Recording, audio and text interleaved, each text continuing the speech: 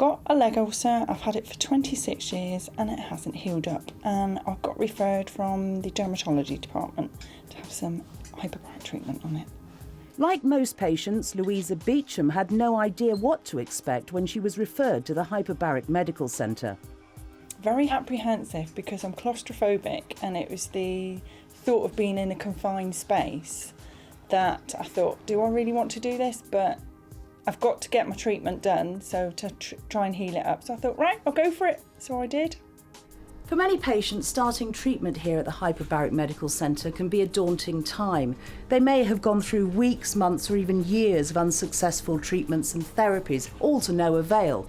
So when they come here, perhaps their hopes aren't high, but they're the lucky ones. They've got a GP or consultant who recognises the remarkable results that can be achieved here.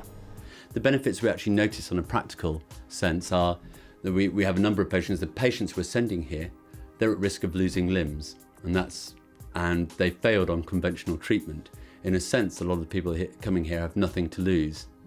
And we've avoided amputations in a number of people that all the members of our foot clinic, the surgeons, the podiatrists, the dermatologists, have thought were heading for amputations. We managed to avoid amputations.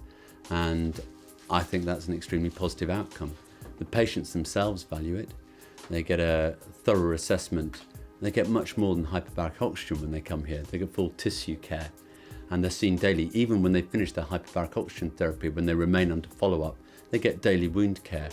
In the US, hyperbaric medicine is much more common. Although it's sometimes seen as less mainstream in the UK, those who have witnessed the results are convinced of its effectiveness. What hyperbaric oxygen does, it increases oxygen delivery to the tissues, which promotes wound healing. Hyperbaric oxygen also is fighting infections and stimulates growth of new small blood vessels, a process known as neoangiogenesis, which in turn improves the blood supply to the tissues. All patients are invited to the centre for an initial assessment, and the team are always happy to answer any questions about the therapy. Other patients are also quick to reassure anyone who may be nervous. Don't be afraid. There's nothing to be afraid of at all. It's and after a few sessions, you do really get used to it. And it doesn't hurt or anything. Just a bit boring, that's all.